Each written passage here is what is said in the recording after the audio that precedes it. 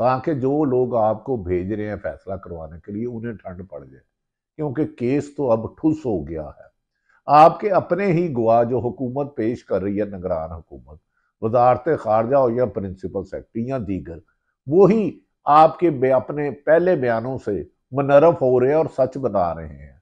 تو کیا آپ صرف اور صرف آپ کا مقصد سزا سنانا ہے یا کیس کو میرٹ پر سننا ہے؟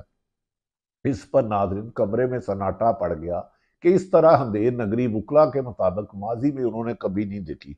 اس دوران حالات کی کشیدگی کو دیکھتے ہوئے خود اپنی سیٹ سے اٹھ کر عمران خان روسٹرم پر آ گئے، اور عمران خان نے کا چہرہ دیکھتے ہی جو گواہان تھے ان کی زبان سلپ ہونے لگی، اور انہیں احساس ہوا کہ وہ ایک ایسے شخص کے خلاف جھوٹی گواہی دے رہے ہیں جس کے کیس میں جان ہی نہیں ہے۔ عمران خان نے دبنگ انداز میں پر اعتماد لہجے میں کہا کہ یہاں ڈونلڈ ڈو کو بچانے کی کوشش کی جا رہی ہے۔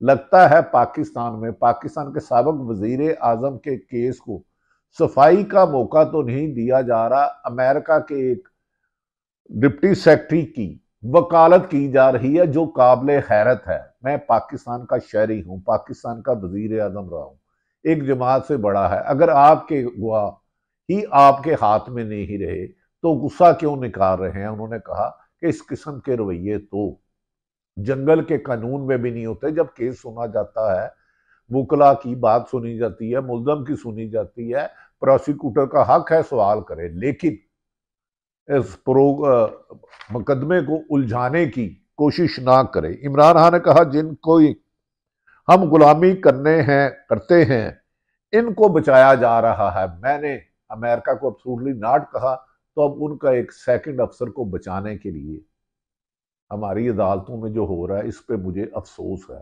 لیکن میں حق پر جاری رہوں گا۔ اس موقع پر ناظرین جیل عملے کی طرف سے بھی نامناسب گفتگو کی۔ شاہ محمود قریشی نے کہا یہاں ملک کا سابق وزیر اعظم اور سابق وزیر خارجہ شاہ محمود قریشی کھڑے ہیں، لیکن پروسیکیوٹر بار بار مداخلت کر رہا، ٹوک رہا ہے، گفتگو ہی نہیں کرنے دیے جا رہا۔ اگر تمام حقائق ریکارڈ پر نہ آئیں گے تو جج صاحب فیصلہ کیسے کیا جائے گا؟ اس دوران عمران خان دوبارہ بولنے لگے تو ڈونلڈ ڈو ہمارے ماسٹر مائنڈ ہے جن کو بچانے کی کوشش کر رہی ہے، اور میں یہ کوشش کامیاب نہیں ہونے دوں گا۔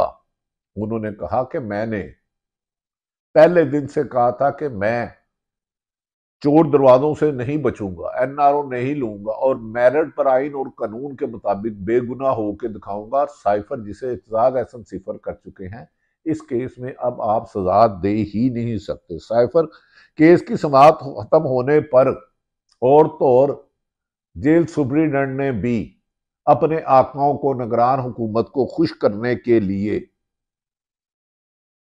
عمران خان سے تلخ کلامی شروع کر دی اور نامناسب اور حد تک امید رویہ اپنایا، جس پر عمران خان نے تلخ جملوں کا تبادلہ ہوا اور انہوں نے کہا آپ مجھ سے احترام سے بات کریں۔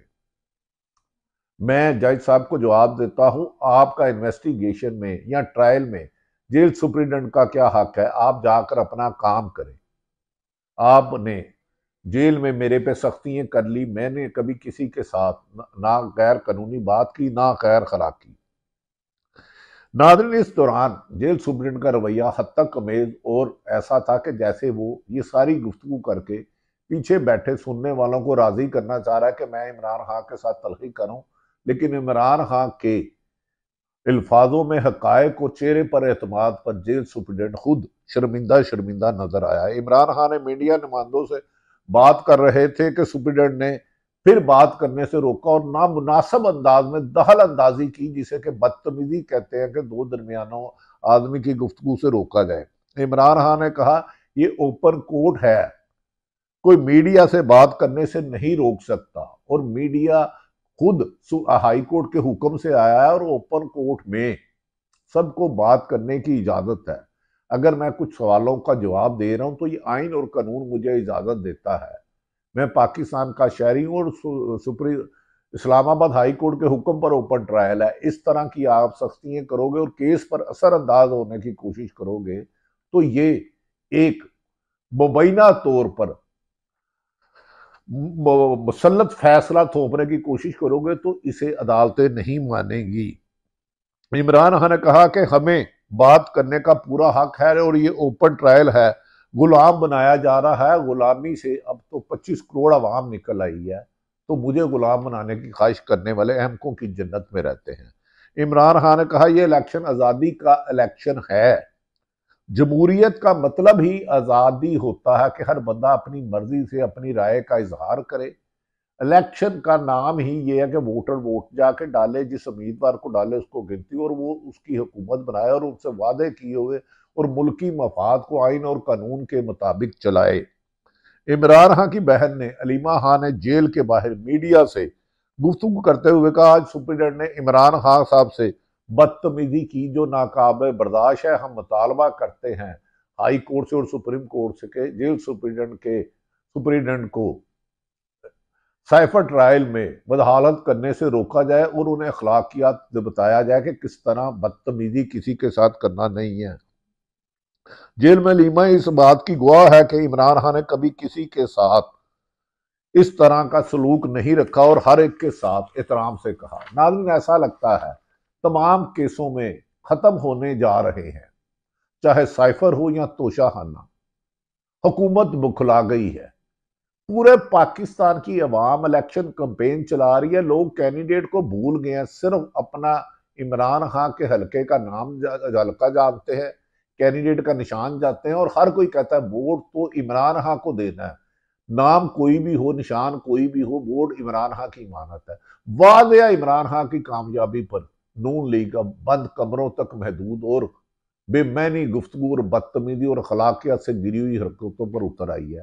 ناظرین ایسا لگتا ہے کہ عوام کا فیصلہ تو آ گیا ہے کہ 8 فروری کی جیت تحریک انصاف کی ہوگی اور Tehreek Insaf P T I کے نام سے کاغذات نامزد کرنے والے ہی الیکشن میں حکومت بنائیں گے۔ تاہم بعض ریومرز آ رہی ہیں کہ رزلٹ بدل دیا جائے گا، دھاندلی کی جائے گی، لیکن عوام بھی تہیہ کیے ہوئے ہے کہ وہ اپنا ووٹ بھی ڈالیں گے اور اس کی حفاظت بھی کریں گے۔ اللہ تعالیٰ پاکستان کا حامی و ناصر ہو۔ پاکستان زندہ باد۔